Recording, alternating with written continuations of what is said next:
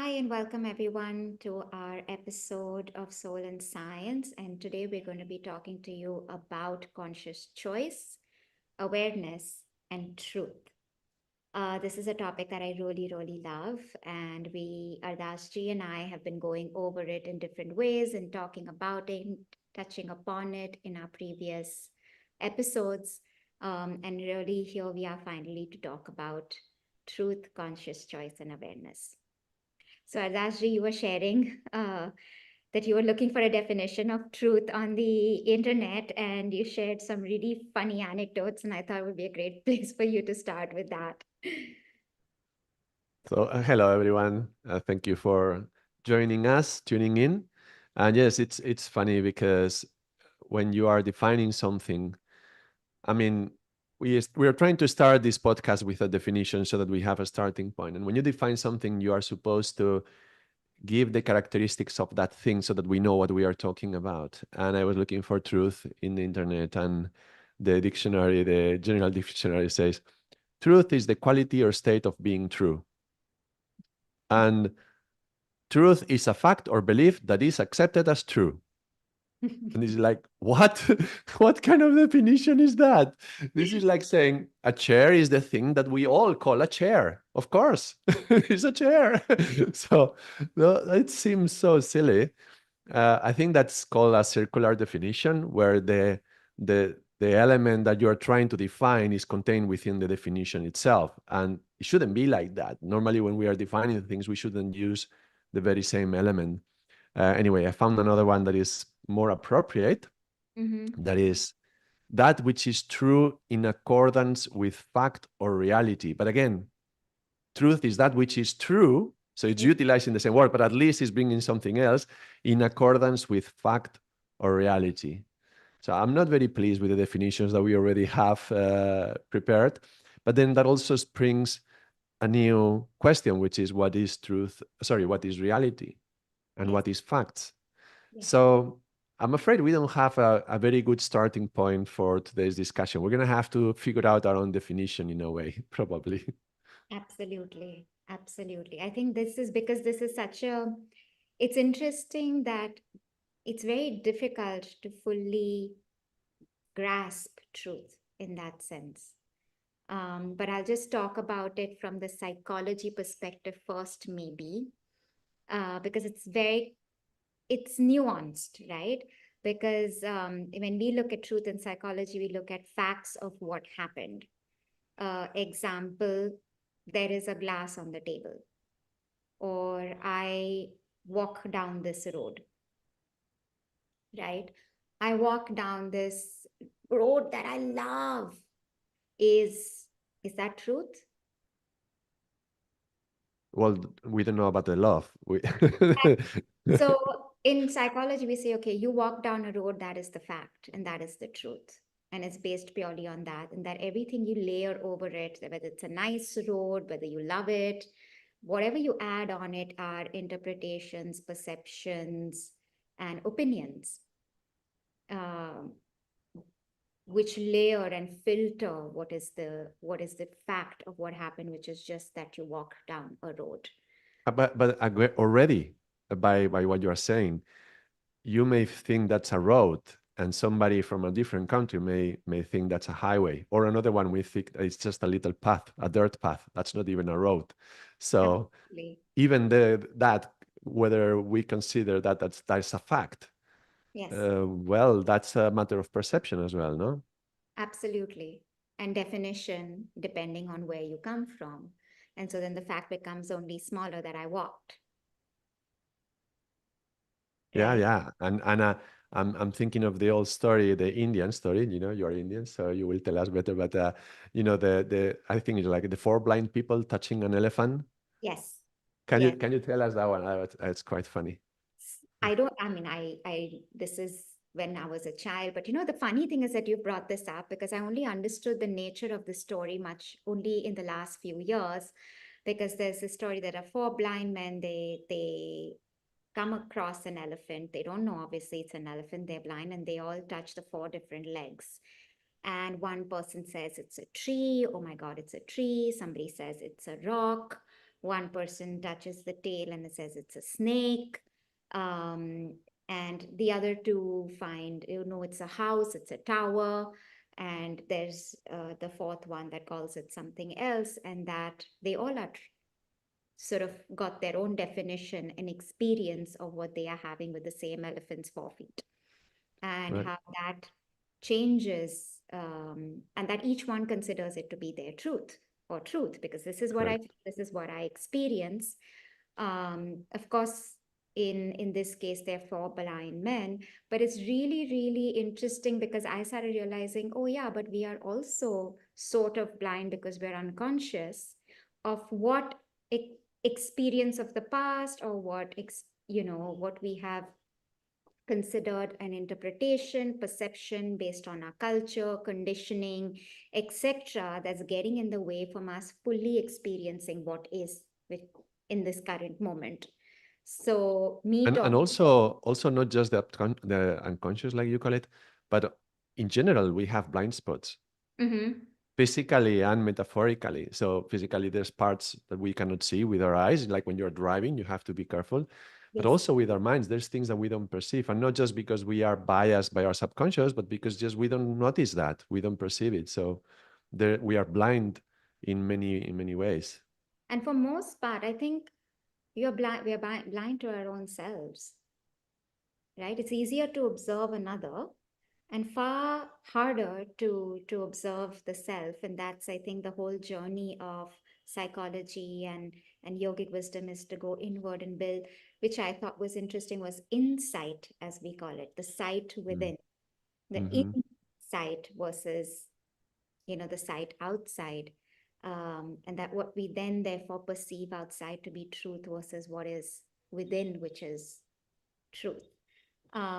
Which in psychology we don't consider, we do consider the insight to be, hey, how is my experiences of the past, trauma, wounds, conditioning currently creating a filter of interpretation, or opinion, perception on this current situation, which may or may not be the actual fact of that situation. Which I think is maybe a way to that psychology looks at it, or is the way that psychology really looks at truth. And then, of course, there's philosophy that goes into its own definition of truth, and that it is got to do with alignment with your experience, whether it has congruence, whether it has consistency, whether it's coherent, and its usefulness. And it's interesting because that's the extent to which the words are around truth. But I know that the yogic wisdom has a deeper understanding of that, and was wondering how um, ancient wisdom or yogic wisdom really looks at that. That could help us probably get a more an insight into the word truth. Well, there is this concept of satya, right? That's the concept of truth in yogic language. We would say satya. And I was just considering, as you were speaking about this, the inner part of us and the truth of ourselves within ourselves, and I was considering, well, it's possible that the one who is closer to their inner truth is the one who is more capable of perceiving reality as it is, because there's less bias, there's less subconscious or unconscious narratives. Like we were talking on the first podcast about these narratives which cloud our judgment of what is out there. So what we perceive as a fact is going to be clouded already by those narratives. But the one who is closer to their true self, I'm using the word true within this sentence already, but the one who is closer to the truth within is the one who is going beyond those narratives, which gives us a skewed perception. And therefore, those are going to be closer to perceiving the truth as what it is. Mm. From the yogic perspective, there is not just one concept of truth. There is three levels of truth, which is funny because we find three levels in so many things, right? We already talked about three levels in a number of different circumstances. In the Absolutely. context of truth, we talk about individual truth, circumstantial, what's that, or collective truth, Mm, it's called, and then the universal truth. mm, And the individual truth is something that is true for me right now, today, and that is personal, is individual, and it's not transferable. So it might be different from for you. The very same thing that we are perceiving, even if we are perceiving the same thing, your truth, excuse me, what you perceive as truth about that thing will be different from what I perceive as truth. And actually, it could be different tomorrow from what is right now because we are evolving as beings. So we change, and so our perspective will change.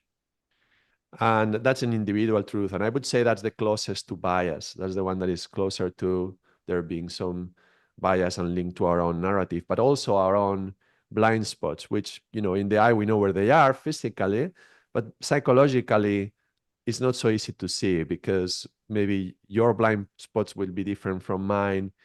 If we read the same text, some things you will just not pay attention, and other things I will not pay any attention. I will just not see them.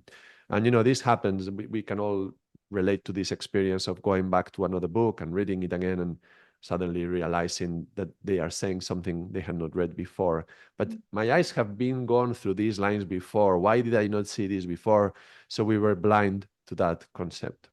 mm, No, maybe not because we have anything against that, but it's just we are not ready or available to receive that. mm, Then there is the collective and circumstantial truth, which is something that is true right now in these circumstances, and we can all agree to that. And that's very much linked to society and culture and or family. There is a truth within the family.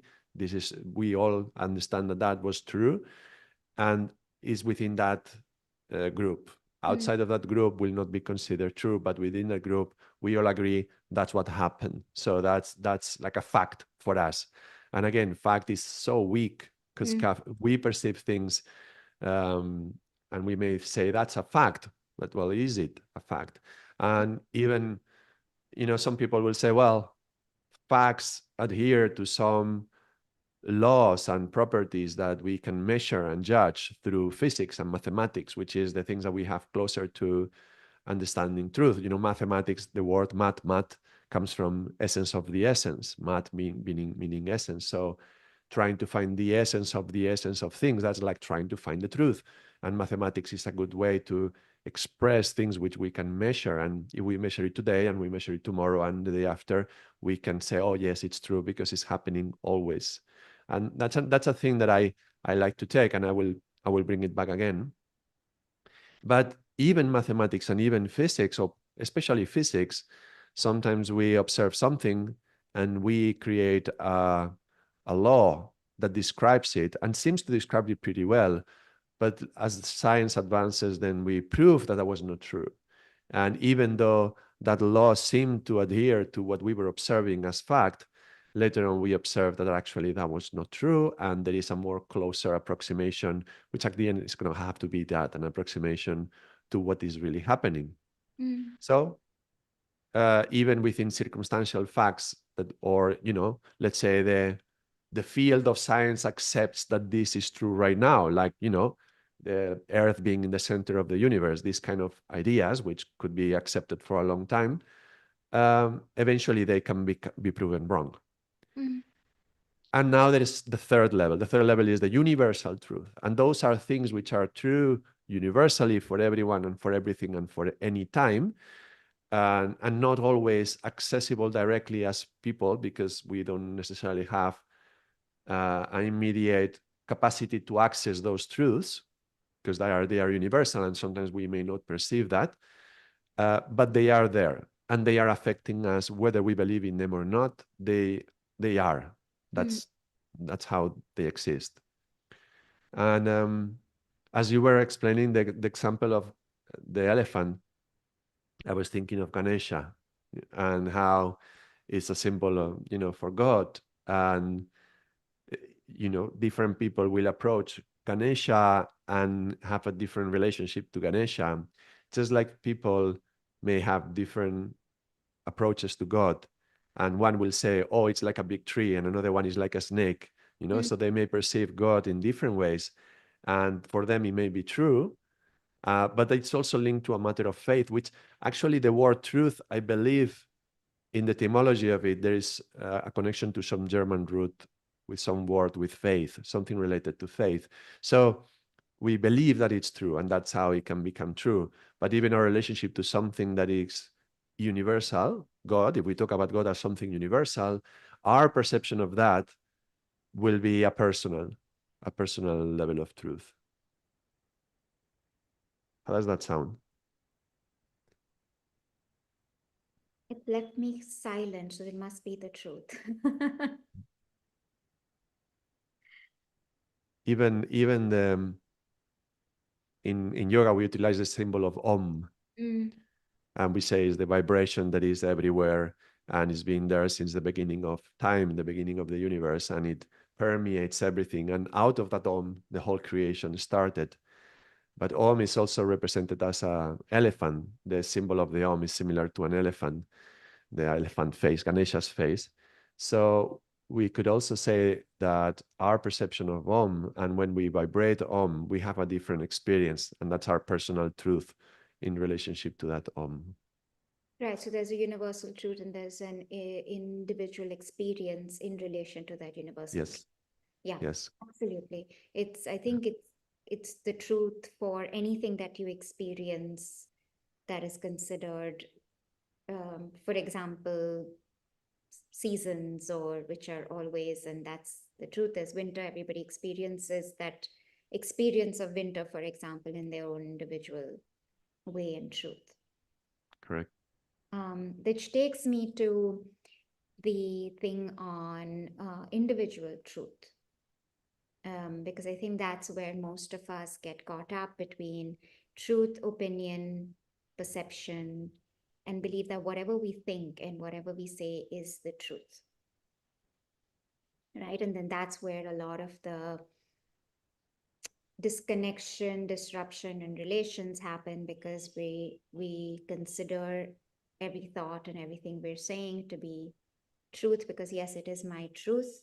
And when someone says, hey, but that may not be, then we become very defensive of that experience, Right, because that's what I've experienced and therefore that is my truth. right. And how the reason why I'm saying this is because it's so psychology. That's what happens in sessions, right? That Mm-hmm. but I experienced that in a certain way. For example, I was talking to Ardaas ji and he looked away, and that is so insulting, and I felt sad. And Mm. that the only truth in that is Ardaas ji looked somewhere while I was speaking to, but then the interpretation of that, or I judged it to be insulting and I interpreted it to be insulting, therefore I felt sad. And that comes from a lot of my narratives and a lot of the biases and the blind spots. And that is actually not, if you were to ask Ardaas ji for his truth, he would say, but I wasn't trying to insult you. And that's where the breakdown occurs and happens between two people, is when we're not aware that we both can have individual truths. Right. And not only in the interpretation, but also in the perception, right? Mm-hmm. Because Yes. I think there is some experiments, some psychological experiments which prove that we misremember things or misexperience things that and that's, for example, when somebody excuse me, is present in a crime, the police should intervene very, very quickly to that person because time matters. And the kind of questions that they ask matters as well, because they can influence the answer. And not only the answer, but they can influence the memory that is created in the other person. So if they start asking about some question about ethnicity or the shape of the whatever, they can be subtly putting Right. messages of what could be there. And then the person eventually ends up remembering that what the policeman was asking about. So our memories are very highly influenceable, which in a way is a good thing because that means that we can mold our our toxic memories. Let's say the memories that we have inside that we don't like, we can change them. There's a possibility for that, but also to not just rely on what you remember. I remember this is what happened. Well, that doesn't mean it's true, and that even doesn't make it a fact. No? Did it Yes. really happen? Yes. And then if even if it did, so even if the perception was right, how do you interpret that? No, so that's the other level. So there's the both levels happening there. Yes. And that's really interesting in psychology and therapy. And I'm noticing that the more you look at that, the more you'll find that that memory, and therefore in the work that we do with compassion and inquiry, it's so much about focusing on the emotion and the feeling, and not on the story or the narrative. That when you can understand that this narrative has been a long time, and that we can change the belief in that moment and say, is that the truth? That's actually a question that you ask in therapy.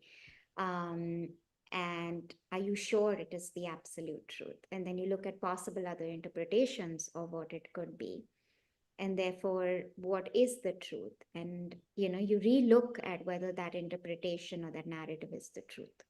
And when you can see that there could be other, and that this comes possibly from an older experience or something that is like sort of flavored the water at this point of time, that therefore we're not seeing it clearly, that when we are able to take away these perceptions and limiting beliefs, then there is more clarity in the water, right? And then you're starting to see things more clearly, which brings me to awareness. uh, Mm-hmm. and that the ability of the, like you had talked about truth, we had talked about truth and insight, that where am I observing this from, and who is observing it? And that when I'm able to observe it from the true self or from the witness, then what is the quality of that experience of that truth? Mm-hmm. It almost is like the client or the person is able to see already a different, and it's largely neutral. Yes.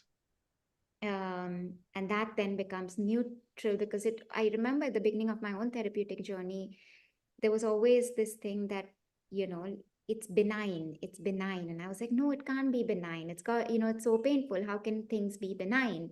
And as the whole journey of meditation, Kundalini yoga therapy has been continuing, the perspective of when you start connecting to your observer or your neutral mind, or we call wise mind, or your true self, things seem to be more come across as neutral and benign. And then you're able to observe or be present with what is, without the interpretation and language of judgment and things that we kind of put on top of it. And then the experience of that itself changes. Of that same experience that had a charge before, now the experience of that is different. Because we are different. Right. Yeah. I'm going to take a few of your words that you are using. Yeah. This present. You're talking about the present. You're talking about awareness and the consciousness of choosing to see something as benign or not. Yesterday, I was reflecting on fear. Mm, And because, Halloween is coming. So I did a special video on fear on YouTube, and I was reflecting how when we get afraid, when something is really scary happening and we were not expecting it, it's like a big surprise, like a dog barking very close to you and you didn't even notice it was there. The experience of the fear brings you right to the present. And for a moment, as you breathe in and you hold the breath, you stay still and you listen, because the very act of surprise, opening the eyes, opening the mouth to listen better, to see better, is opening all your perception, and then you're silent. For that moment, you don't think. You mm, are just fully aware to see if there is some danger that I have to run away from or I have to fight. So fear is a very powerful, and generally we associate it with something evil. mm, I connect fear with pain. You were talking about pain, but pain, just like fear, has the same effect, that it brings us right to the moment. We mm, may be distracted, we may be thinking about anything else, then suddenly pain comes and we are right in the present. And it is not a coincidence that in English we utilize the word present as a gift as mm, well, something that is a gift given. Yeah. And now connecting this, I'm connecting it across languages now because in Spanish, gift is regalo, which Mm, comes from regal, mm, because like the royal, you know, the kings and queens. And the very first definition I gave about a truth, something that is linked to some fact or reality, well, what is reality then? mm, And if we look at the root of the word reality, it comes from realis or regalis, regal. Again, we come back to the regal. And I think we utilize that word because we would say, well, whatever the king says, that's true. And that's going to be canon. That's going to be, we have to do that, right? So, how interesting that royalty and reality is connected. mm, Because in yoga, we in this practice of yoga that incorporates the physical aspect and the breathing aspect and the meditation and so on, we call it Raja Yoga.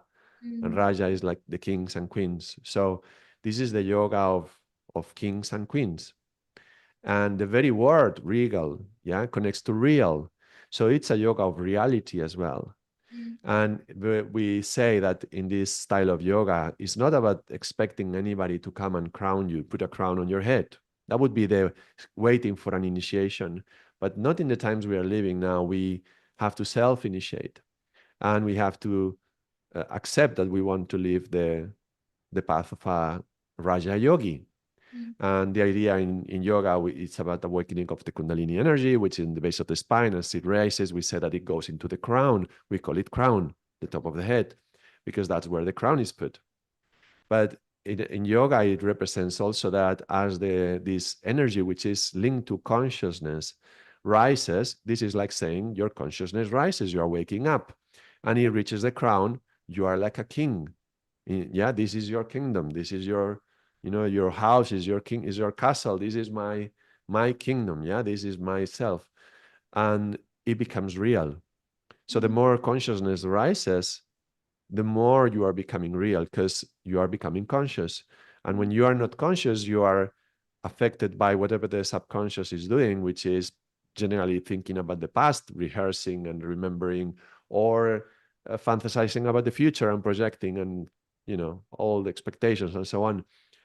But when we have pain or when we have fear, it's an opportunity to choose, not to choose, to be present, right? And the moment you are present, that's a gift because you can be real. You can have a neutral perception of what is happening, not influenced by what it was happening in your mind because you are right here.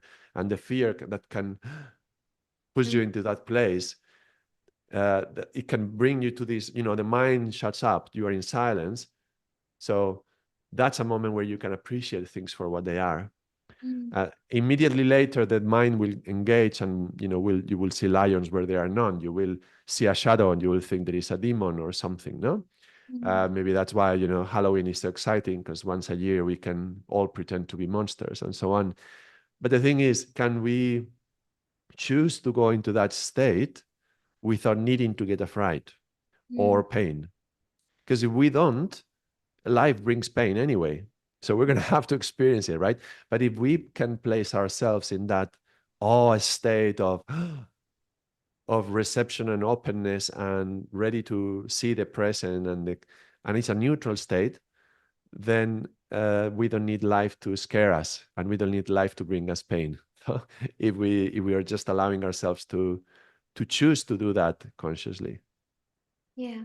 I think what you said makes so much sense that the pain, and I think um, in the work that we do, we keep saying that the pain is actually there for you to become more conscious and be present. It's calling your awareness, your attention to that in order for you to see something in your life, right? And to raise your consciousness and awareness of Yes. something, of whatever that might be. And that is the path to, that could be a path if continued and explored, and to bringing our awareness to some of the narratives and beliefs that are currently in the way of us aware of our awareness. Because when we have those kinds of trauma, you're living from automatic behavior patterns, and you're technically not really in the present moment, making an aware and conscious choice of how I want to respond to this situation.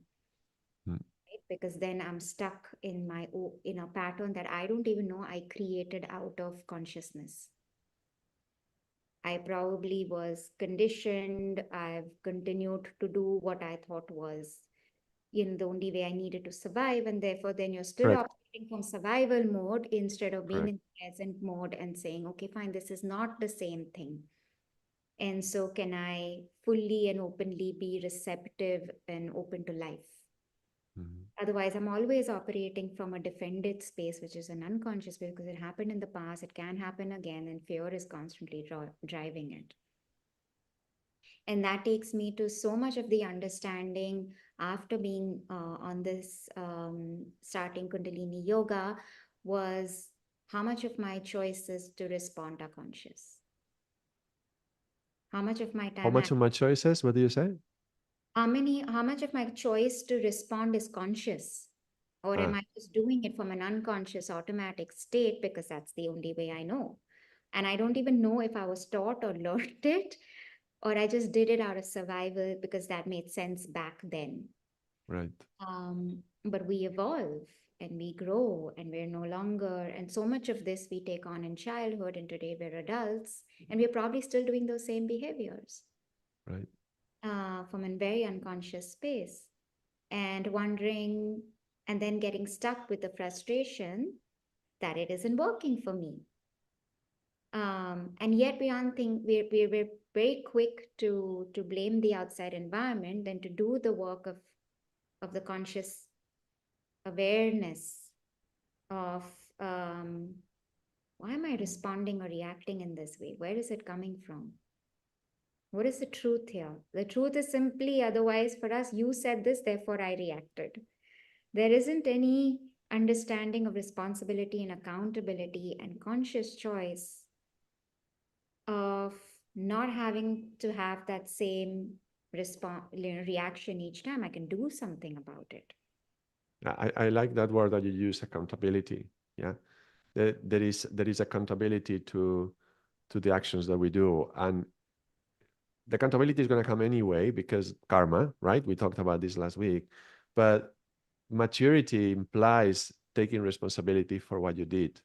And if you do a conscious choice, if you commit to something, then now there is a responsibility.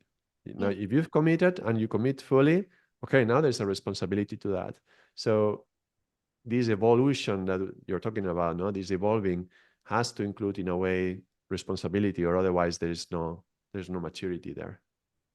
And how is that? Is there a connection to that, to truth then? Well, I think so. Intuitively, the first thing that comes to me is this thing that I mentioned about mathematics and how they will try to study something and then the law, or physics, and then they change the law and they find a new law that adapts better. And well, one possible definition of truth is linked to what was, what is, and what will be. So when we are reading the Mul Mantra, no, there's Ekankar Satnam, yeah, the ending of the Mul Mantra is At Sach Yugat, Sach Hebi, Sach Nanak Hosibi, Sach. And it's talking about everything that it was said before. It said that was true at the beginning of times, it's true now, it will be true for all the times to come. But that's also a nice definition about truth, because some universal truth would be something that was, that is, and that will be, and that doesn't change. If we are talking about something that is absolutely true, that's not that's not going to change, Mm-hmm. because if it's changing, then it's only circumstantial or Mm-hmm. temporal. So if we are talking about something that is universal, I think this is a really nice question to ponder. Yeah, what in the universe do I can I see or feel or imagine or perceive that is never changing? That it was always like this. It is like this now. It will continue being like that. And that question, that's a strong question to then reflect back to us as well.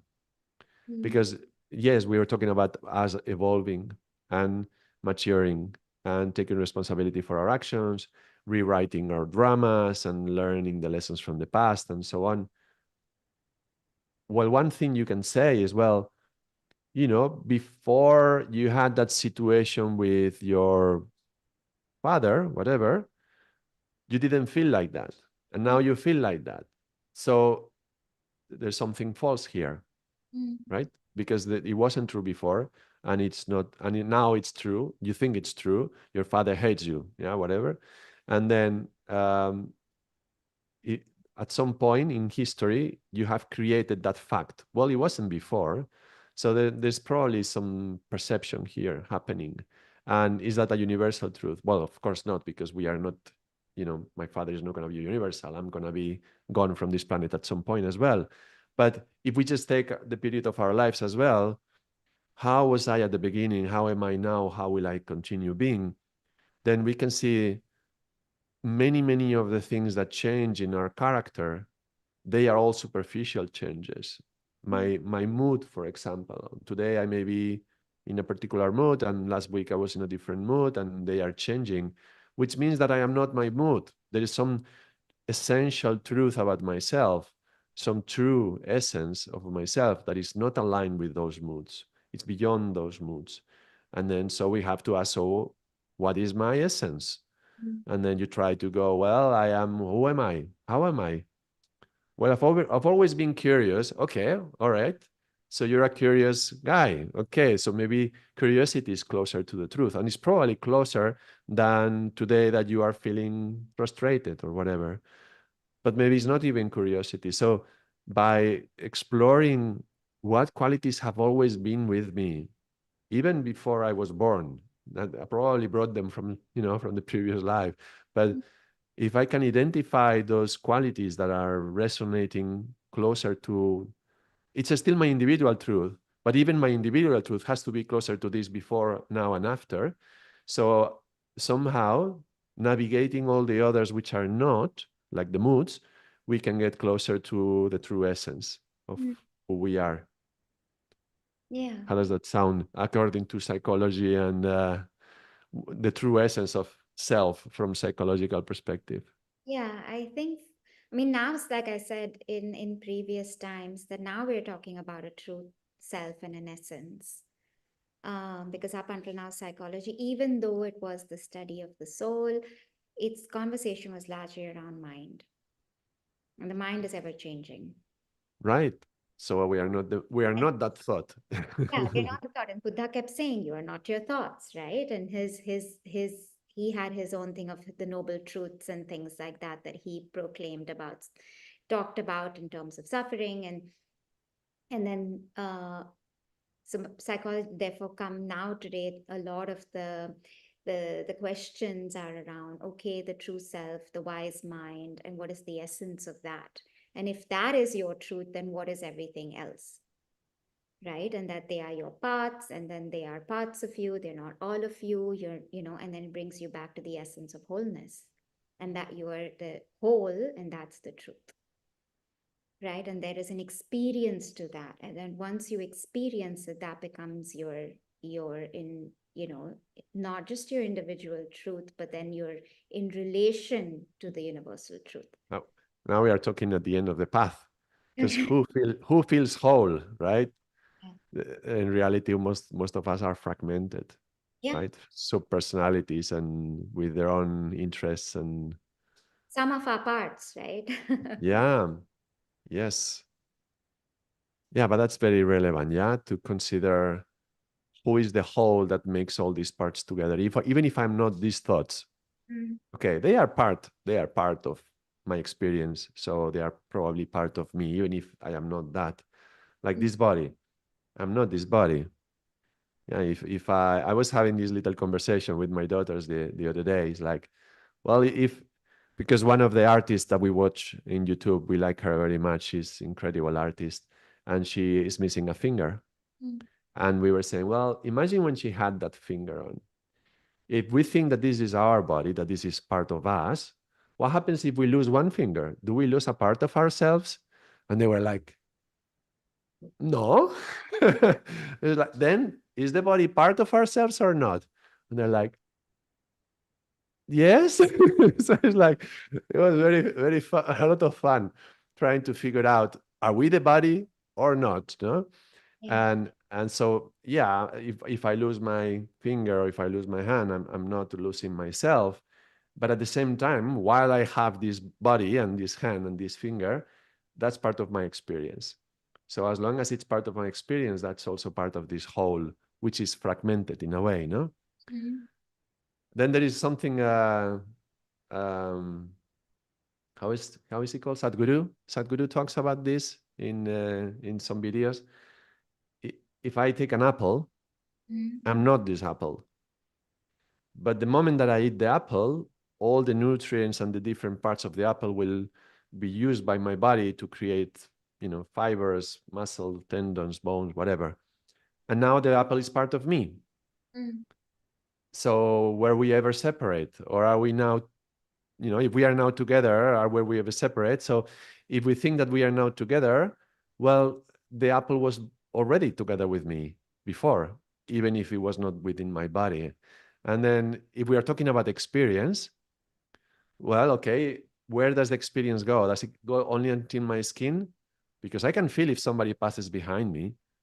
So, okay, so maybe if you can feel somebody passing behind you, even if there is no breeze of air or anything, just passing by, when you are in the bus and you're nicely, quietly, and then you notice something strange behind you, and then you turn and there's this dark presence, right? And you feel something is off with this guy, I'm gonna step away. I think most people has had this experience. Well, you don't have neurons, with and senses. You don't have senses out there, and yet you can experience that just because your awareness can include that. Yeah, and we in yoga we talk about also fields of energy and so on. But then, where is the limit of my experience?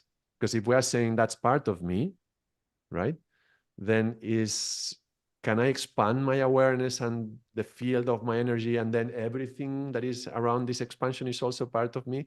You see how easily this becomes a little bit complicated, no? Yes, absolutely. And I think that's the beauty of what you just said, that can I expand my awareness and my energetic field, where all of this becomes a part of me that takes us to the universal truth of oneness, which that we're one consciousness. And the more awareness and expansion we have of that, the less we are in the egoic mind that sees truth as a very limiting experience of just this body and this thought and this mind, Right. and therefore then truth becomes such a large experience that it's possible to experience so much more when we are able to step out of the egoic mind and the realms of this is all there is, and what I am saying and experiencing is the only truth, and etc. Right? And that comes so much from the limitations of our conditioning and the mind itself. And that's when you said something really beautiful earlier, that when there is something and you're afraid, all your senses open and your mind goes off. And in that moment, you're in truth and you can, you become aware of everything. And that's so interesting that the mind goes off, and that's in the moment that you're fully aware. And that all your senses are on. And yes, of course, then the mind comes back and limits that to the what if and the this and the that and the other dialogues that keep going on. And that to experience truth of oneself, the mind needs to, the more we're able to control the mind and the narratives that are on and on and on in the mind, the more we'll actually fully able to experience this vastness of our awareness and what it can hold. Yes, yes, but we would throw a caution here from yoga, because if you're trying to control that mind, you may enter into a battle with it. And Mm. whenever you fight against anything, you're already lost. So I rather fight for fight for peace than fight against war, because uh, um, that's a very common idea. Yeah, meditation is stopping the mind and controlling our thoughts, and that many people end up frustrated trying to take that path. And also, if mind is part of me, then I'm fighting against myself. So, to trying to control it. But then what do we do? If it's not controlled, then what do we do, right? Yeah. So I think what we are working with is awareness, becoming aware of the mind, and then noticing that I'm not the mind and I'm not this thought in this moment. And that I have a choice to either get attached to the thought and go with it, or then what we here teach clients is to say, interesting thought, not right now. Please, take a step, Yes. because it's coming from a certain part or sub personality, super ego, someplace, inner critic, but I'm aware of that. Mm. I'm fully present in this moment to recognize that there's this banter and chatter in my mind, and this banter and chatter is causing this experience for me that's overtaking what's currently present for me. And I can ask that part to take a step back. Yeah, exactly. That was so close. The concept of awareness. I had a little realization as I was preparing the course I was doing on the Yoga Sutras on yoga. And I realized that this is like water and oil. Mm, When you put a glass and there's water and you can shake the glass and the water is going all over the place. And then you put a lot of oil and they don't mix. They mm, create to separate textures. I mean, all children do this when they are little. It's very interesting. But there's another thing that happens. Oil is much more dense. mm, And then if you shake the glass, it almost produces no waves. mm, The waves are much less. So I felt that the waves of the water, that's the description that the Yoga Sutra, that's a very famous yogic text that we have. They utilize this description of the mind like these waves. They talk about these waves. Well, these waves is like the water, the mind, but then consciousness is like pouring oil on top of it, and mm, then it can spread all over. If you are not fighting against the thoughts and suffering the consequences of that fight and fighting with yourself, but just becoming aware of them. Just, okay, mind, what do you want to say to me today? And just mm, allowing it. Okay, rather than fighting, I'm going to listen to you right now. I'm going to choose to listen. If you just approach mind directly like that, very often mind doesn't know what to say. And mm, it's just like pouring the oil on top of the water, and the waves start to come down. And then we forget about the oil because consciousness comes and goes away, and then the waves start rising and very shaking, and then bring consciousness again, and then the surface becomes much quieter, very much like when we are in a moment of this fright that we have. And but it's like something that we choose to create just by choosing consciousness, to be aware of what is happening also within our minds. I think that's really, really powerful to just concentrate on what is. I think that's the power of mindfulness as well. And many of the yogic techniques are there to help us sustain the level of oil. Yeah, it's like inhaling 8 and exhaling 8, and because you have to inhale 8 steps and exhale 8 steps, the mind is busy counting, so it cannot trap you into its thought. And then by counting consciously, you are aware, and then you wake up, and then you're observing the breath, observing the mind. And so you have triggers to help the consciousness stay there. And then the oil can spread all throughout the surface, right? Especially if we hold that state, counting and breathing for a number of minutes. But that's I think that's a very powerful thing. What you were just talking about this, right? Being in the awareness, it's already helping to calm down the mind yeah. And I think then that awareness is able to process what the truth is neutrally. neutrally, Yeah. um, and allows us to slow down from what happened, because most of us don't know that when an event happens, a thought has interpreted it, it's given the emotion, and we've already reacted, and there's no time between that. There's no pause. There's no inhale, Mm. exhale, create a pause and say, okay, now what just happened here, and can I take that moment to just not react from automatic spaces that are so fast that I'm not even aware that all of this has happened. And that now, when I can bring in awareness or train myself to at least inhale before I react and respond, to ask, wait a second, I can hear my mind going, look, she's doing the same thing again. She always does this to you. And my Mm. narrative is gone. And before I can turn around and say, you always do this to me, this is what, that I say, okay, can I ask this part? I hear you, to just take a step back for this moment. So I can, in this moment, make a conscious choice of how I want to respond, not listening to that narrative of wherever it's come from. I mean, in time, we actually help clients also understand what voice is that. Is it your inner critic? You know, and you have a choice then to actually listen to it or not. And that's where I think the whole question of choice comes in, which is such a powerful experience, because most of us, when we say we are helpless or powerless, what we're saying is we don't have choice in our response, in how we respond. Because a lot of people that I meet, like, but I don't have a choice, I have to do it. And I'm like, you do have a choice, but you're choosing to do it this way. And I don't even have the awareness and the consciousness that I'm actually making that choice in every moment. And I was hoping that we could spend the next few minutes talking about that, because a lot of people, we suffer because we do something out of like automatic spaces. And then we say, I'm choice, but I'm like, every moment you are making a choice.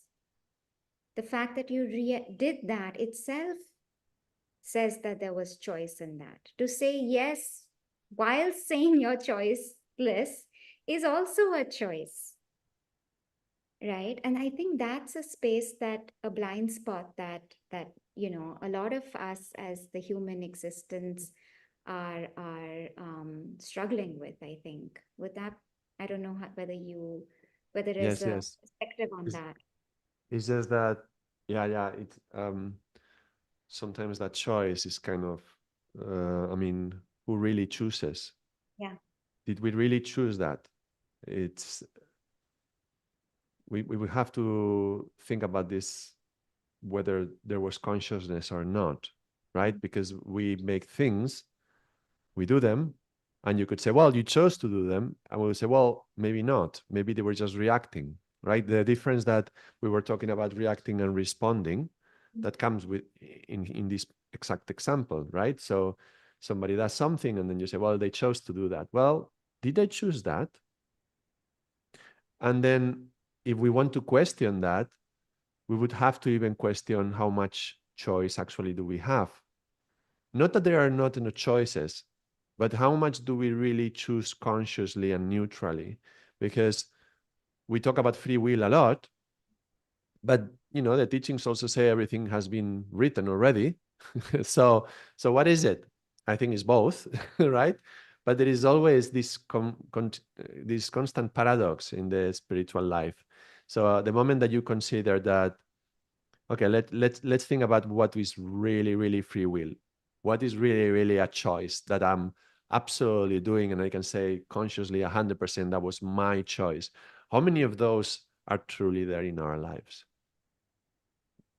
I mean, how many of those are absolutely free from any conditioning, from conditioning from your parents, conditioning from your school, from how you were little, how you perceive the opportunities that you can choose, or whatever. We are so programmed right now.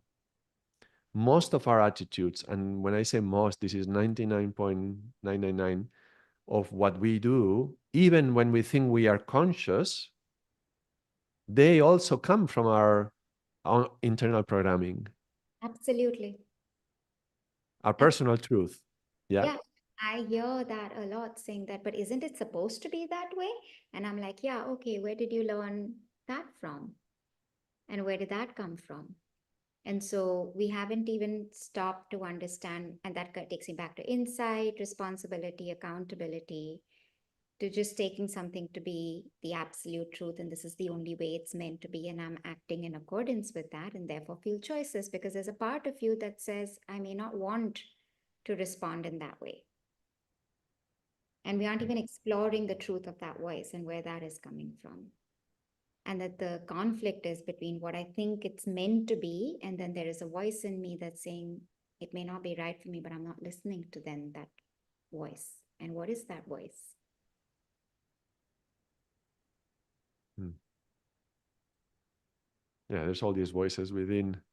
Again, coming back to the fragmentation, right? We are There's fragmented also within. an intuition, right?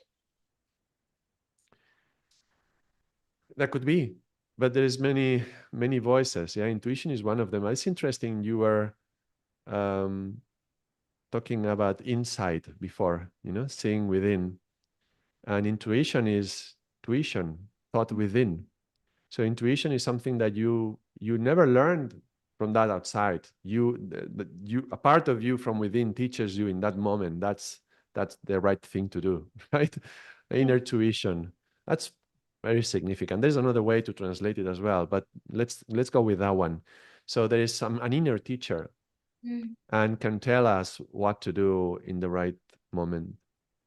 And I would say that that teacher is really, really close to the real self, mm, right? So that the closer we get to the real self, the better we hear that voice mm, of the intuition.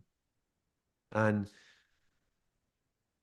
it's non-rational, which means that for very rational people, and that's a lot of people, it's very hard to accept that mm, that a voice within us, and we are not, talking crazy here, but a mm, voice within us is telling us, is teaching us, inner tuition, teaching us what to do, and we can choose to do that.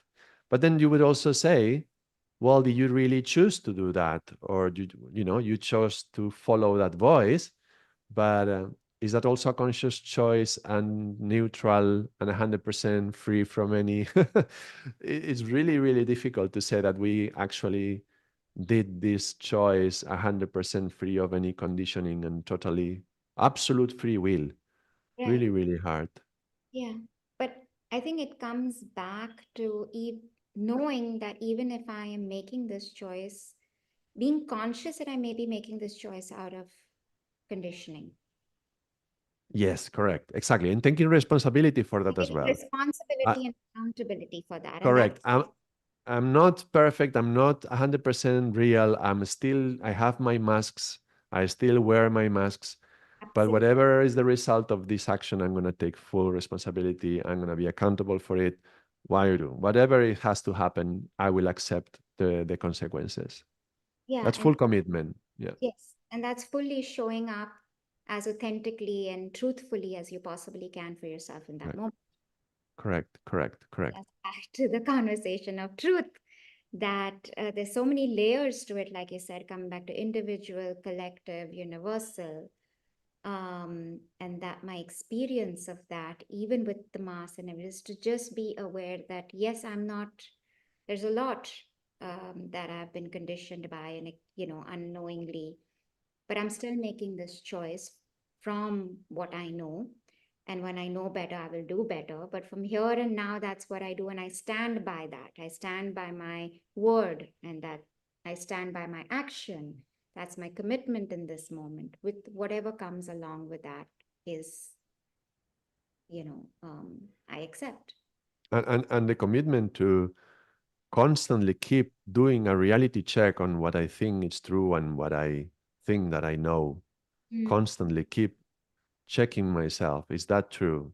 Is that a true alignment what I have right now? yeah. And coming back to this concept of what was, what is, and what will be, Mm, is I do it also as a meditation. When I close my eyes and I go into meditation, I do this a lot. I explore what part of me has always been before I was born into this body and I have this name Ardaas and I do whatever I do. And right now we are talking, right? But independent of whatever we are doing and all this is all transitory. But mm, if I close my eyes and I go deep within, there is a feeling of existing. There is a feeling of being that I can recognize it's been here before this lifetime. And I can feel that it will carry on. So I try to connect to that as much as I can. and that's the closest I have of an experience of the real self. Mm. And then if when I am in a situation where you have to challenge yourself, you have to do a reality check on whether what you are doing is biased, is based on what you think is the most appropriate, but then you can go into that space and find if there is some dissonance or Mm. some resonance or some harmony with that part of me, which is the closest I know to reality. Yeah, I like the word whether there is dissonance, resonance, or harmony. And that is what you said about alignment. And I think coming back to the earlier words of is there congruence, coherence, words like that to that experience, which is the truth. Because otherwise, we're the most active is the conflicts that happen within us, Right. right? Like the voices talking, these Constant, fragmented selves. I constant. think I think a lot about maturity and life. Sorry for interrupting you.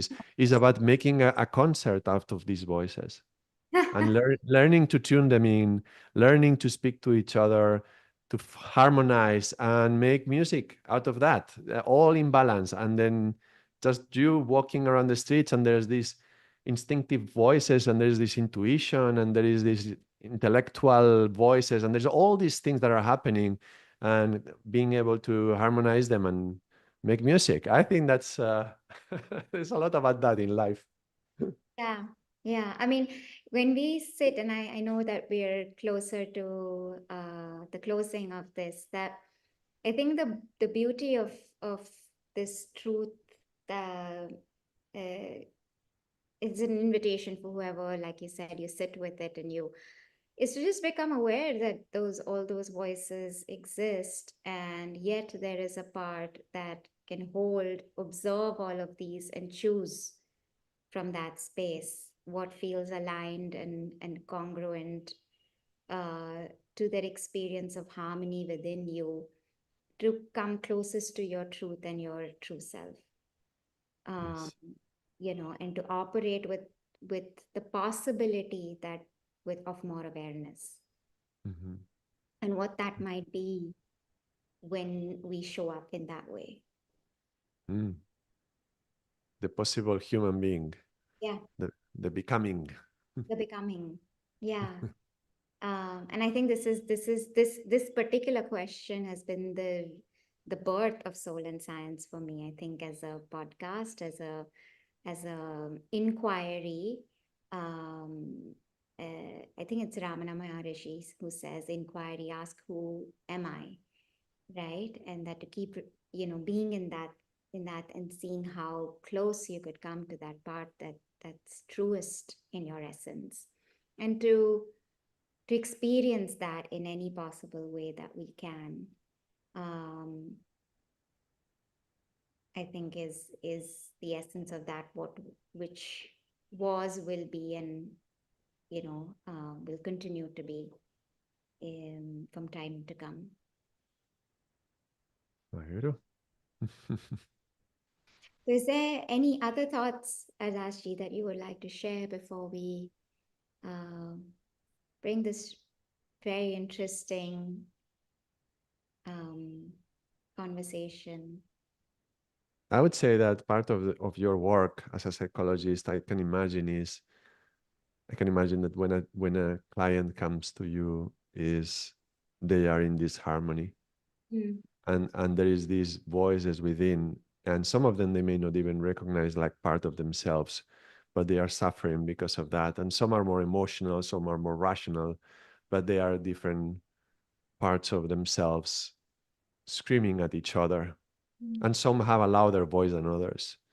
And I imagine that your work is like the conductor of the orchestra, who is like, well, let's tune in everybody. And then, that may take a few sessions to tune in, mm, and so that we all play to the same frequency. And then as we are tuning in, then there's some voices that want to be very like the main character, no? And you have to be, well, don't go so much into that emotionality right now. Let's tone it down a little bit. Let's explore it from here, no? And then finding the right balance between these different aspects of the self, and trying to find the integration of the fragmented self.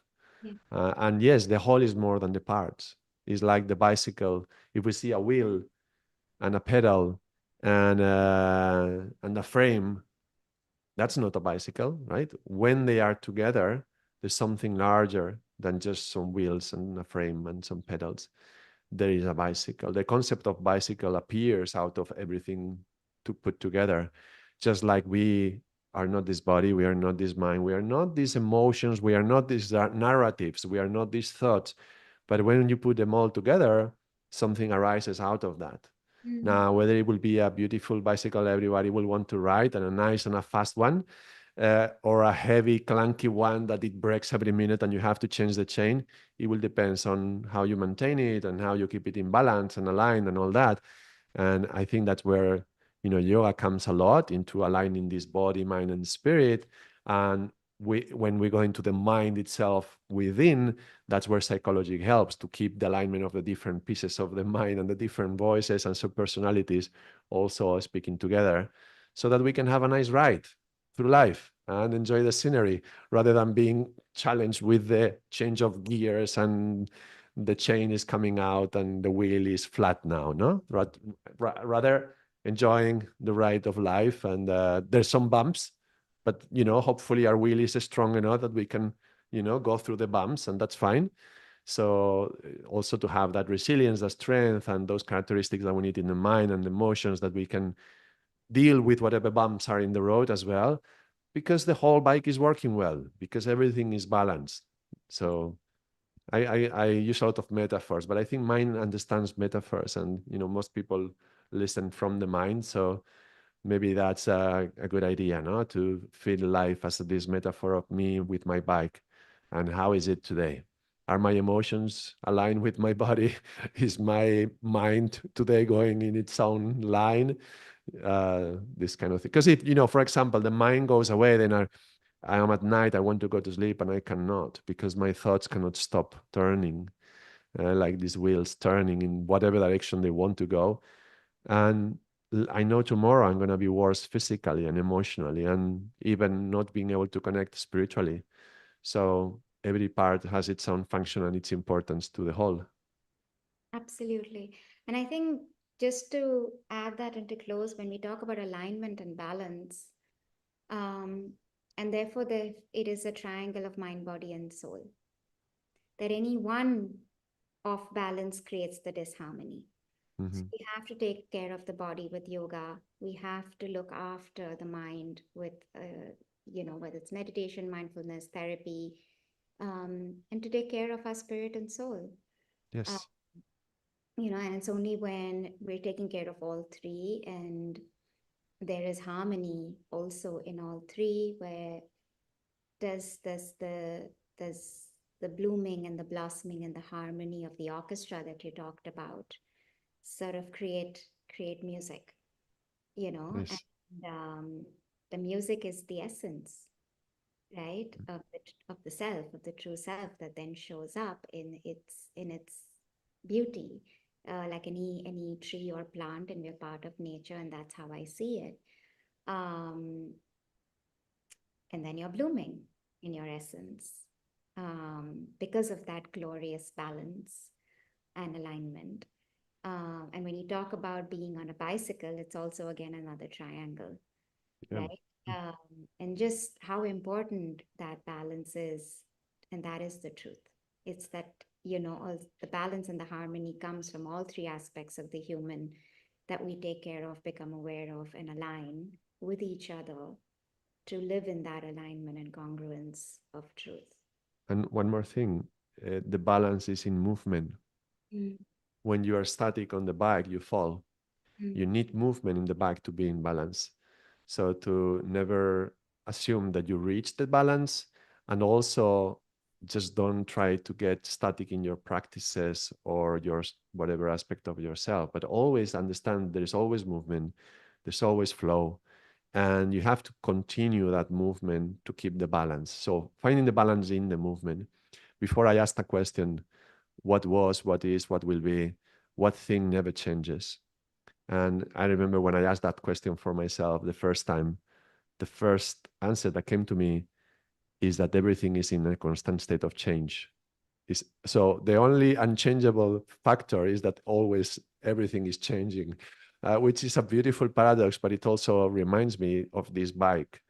The bicycle has to be in a movement. Life is a continuous movement. If we are too static, or we think we are becoming stable, but stable soon turns to static, and static can become passive, and that can be karmic.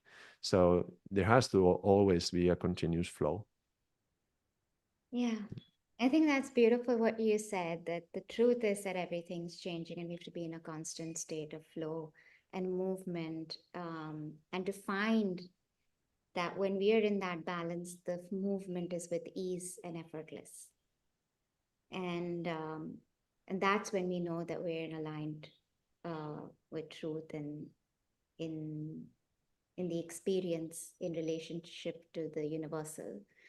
Um, and thank you so much for bringing that aspect in that and the metaphor of the bicycle. So with that, I think this feels like a good place to um, truthfully come to a close to this particular conversation around truth. And we welcome everyone back next week, next Friday. And we will be talking about relationship to responsibility, something we talked about today, and from fate to destiny, the path, the journey. So, with that, we say thank you so much for joining us. Please do join us in person. Send us your questions. Interact with us. We're live every Friday, 5:30 p.m. India time and 1 p.m. Portugal time. See you next Friday. Thank you, everyone. See you next week. Sanam.